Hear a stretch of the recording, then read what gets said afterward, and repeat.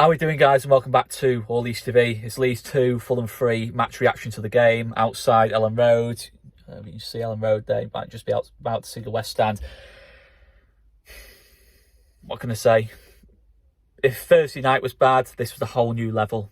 This is 3 times as bad, 4 times as bad. And that league table's not looking good. And ultimately, that league table doesn't lie. We haven't done well enough, in the last couple of weeks especially. And how it's gone this wrong since Chelsea is quite incredible, really. That Chelsea game should have been the catalyst to a more upbeat season. And if anything, things are getting worse. Things are getting a lot worse. And I don't believe things are getting worse before they get better. I just don't see how they get better at this moment in time. It feels a lot like 2003, 2004 again, with the last Premier League relegation. I'm just about old enough to remember that. And it's a very, very similar pattern. We stayed up late on the season before. We haven't kicked on this season. And in fact, I think we actually started the last relegation season quite well, actually, similar to this season. And it's such a worrying pattern. We lost key players, in terms of, everyone knows the story. I don't need to keep going on about that. But today, first half, we start the game well. I did actually think we started the game well. We get the goal. I just felt when that goal went in, I thought, yeah, we might be just getting something for today. We might just get this 3 points today, which would have been a massive 3 points. And as soon as Fulham score, the whole game just completely unravels itself. It completely unravels. The second half performance is laughable, really. And it's not just poor decision making, poor passing, poor final decisions in the final third. Anything I can kind of get over, but when I see such a lack of belief in that second half and the body language, it's shocking. And like the last relegation, I think the squad's, half the players are playing okay. Are playing okay and probably at their level. The other half are nowhere near at it at this moment in time. They're nowhere near at it, and I can't lie about it. I can't dress it up any other way. They're nowhere near at it. I can't believe we had a midfield that we had out, in terms of I like Greenwood, I like Mark Rocker, but I don't think the balance was right at all in that midfield. I think the reason Fulham had so many chances on the counter, and listen, they scored 3 goals today, but if it wasn't for some last-ditch blocks, last-ditch tackles, last-ditch everything, it would have been a lot more today. And yeah, maybe we could have had a couple of other goals today. We've missed some really good chances again today, but defensively it's too open. The midfield was too open. You see how big a part Tyler Adams plays in this team and how good Tyler Adams is in terms of winning, the 50-50s in the middle of the park and really protecting that back four. It was just too open today. Far, far too open. And there wasn't enough going the other way to justify it being so open. Mark Rocker with the ball, I actually thought was probably our best player today. And if you can say a best player today, he was looking to go forward. He was looking to make things happen. And, I did think he used the ball quite well. But defensively, it was just far, far too open. And we didn't change it. We didn't change it until we went 3-1 down. Ultimately, we didn't change it until we went 3-1 down. I think, yes, it's a blow. It's a massive blow having Tyler Adams missing. Massive, massive blow that. But you've got to have some kind of plan in terms of a replacement for me. And listen, it is a massive... We were always going to be not as good a team when Tyler Adams wasn't there, but I didn't think it'd be quite that bad today. And listen, I still think Greenwood and Mark Rocker, certainly Mark Rocker, are good players, but that was the whole problem. And then when you put in a lot of pressure on the back four, especially the way we are defending at this moment in time, it is on the edge. Everything's on the edge. It's either a last-ditch block or Fulham getting on goal. It's been like that all season, and it's really starting to hurt us now. It really is starting to hurt us, and it's difficult to watch that. Not just because we lost the game, just because of the whole, what it means for our season now. It feels like it's going to be another season where realistically we're going to be battling against relegation, and people might have said that weeks ago, but I think today really confirmed to me that it feels like we're going to be battling against relegation. We were on less points. We've had an easier run of games than what we did have last season. And we're conceding goals like that, and the players panics at 2-1 down, at 1-1. I think at 1-1 I always felt that it'd either be a 2-1 to us or Fulham were going to win it, and unfortunately Fulham just took their chances. They were decisive in the final third. Willian has played absolutely superbly, and we've had no answer to it. We've had absolutely no answer to it at all. I don't know, I'm just going to switch hands here, guys. I'm just I just don't know where we can go from this, really. You know, in terms of getting ourselves back up again now for the final 3 games before the World Cup, because these are 3 big games now. And listen, I don't want to be going into Liverpool and Tottenham needing some kind of result, but we probably do now. You know, if we want to be out of that relegation zone before the World Cup, we probably do need that, and that's before we even talk about the Bournemouth game. So it's so bad at this moment in time. It's I feel as low today, probably lower than what I did after the Tottenham game at home, Bielsa's final game.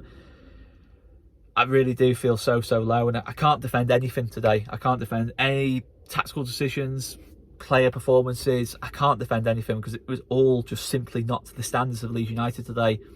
You know, nowhere near the standards. You know, this fan base always will and always will reacts, you know, to hard work on the pitch. It will always be, even if you're not playing well, as long as you're putting 100% in, getting stuck in, and you're just giving absolutely everything, then that's all us as a fan base will ask for. But today, I'm not saying the players aren't trying. It probably did sound like that was what I was saying, but the players were. I think there was a panic at 1-1. I think there was a panic at 1-1 that if we take a risk here with the ball, Fulham could go up the other end and make it 2-1. I think there was a nervousness. That's probably the word I'm looking for. I like the players. I do like the players, but you've got to look at performances individually as much as anything. As much as the collective's not great at this moment in time, the individual performances are simply not good enough either. The third goal is an absolute joke. It's an absolute joke. Harrison Reed's 2 or 3 times. I mean, these are the goals, but there was moments where they could have scored again, Fulham, before it even went to 3-1. It could have been 4-1, 5-1 today. And then better team with more end products. And Fulham are a good team, by the way. I will caveat that. Fulham are a good team, I think, who will be comfortably stay up this season, comfortably get those 40 points. And that's it. And listen, I'm going to admit, I was banking on teams like Bournemouth and Fulham not adapting to this league, and they have done. So it's looking really worrying for us at this moment in time that there isn't really a poor team in the league at this moment in time. And some would even argue that's us. You know, we're the poor team in the league. We're the Norwich this season. But I don't think it's that level. Listen, I don't think it's that level, but we're really up against it at this moment in time. Really are up against it. And last season we had a Phillips and Rafinha to drag us out of it. I think in terms of Adams and Sinisterra, they are really good replacements, but it's asking a lot for them to do what Phillips and Rafinha did in this Leeds team. He's asking a lot, you know, if we're being realistic. But where do we go from here? You know, in terms of getting back up again now for the next game, I don't know. And people want me to talk about Jesse Marsch, but it's not right for me to directly talk about Jesse Marsch at this moment in time. It's not right, because I think ultimately, you know, I think it just feels, I don't know. I don't know if there's anything else I can sort of add to the Jesse Marsch debate that I haven't already added already. I'm, you know, I can't add anything else that I've already said, so I'm not going to talk too much about that. Somerville, to be fair, got himself a goal. I thought he showed positivity in his performance in terms of he drove forward with the ball. He was one of the players who wasn't nervous about losing the ball. He was willing to take the ball and try and make something happen. And there wasn't enough of that today. At 1-1, we really should have been absolutely all over Fulham to make it 2-1, because the 1-1 was no good to us at all. You know, if we'd have drawn today, I'd still be... Listen, I'll tell you this now. If we'd have drawn today, I would still be in the exact same tone I am right now. I promise you that now. You know, I don't think anyone... A point at the end of the season, yeah, it could be a big point, but I think in the grand scheme of things, we just had to go for it today. And had we gone for it and lost the game, I'd still feel better now than what I do now. I really would have done. We had to win that today. We had to win it today, and we started the game so well. But as soon as Fulham had a couple of moments, there was a real nervousness, and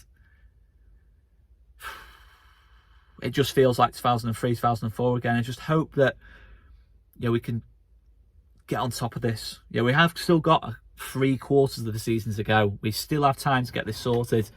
You know, I know 304, listen, there was different factors around that as well, in terms of it felt inevitable at that point, but we still have time. We still have time to sort this out. Whatever the way we sort this out, I don't know what the answer is. I really don't know what the answer is, to be honest, guys, because, you know, as much as people will blame Marsch, and there's no way I can defend Marsch after what happened today, some players have seriously got to take responsibility. That third goal, letting Mitrovic have a free header on the corner. You know, it's not just one thing. That's all I'm going to point out. It's not just one thing that that has to improve. There's several different things that need to improve, and luckily January, I look at it, you know, there's not that many games actually between now and January. I think the World Cup might have just about helped us, and we've got to use that now, that help we've had from the World Cup, to add depth into this team.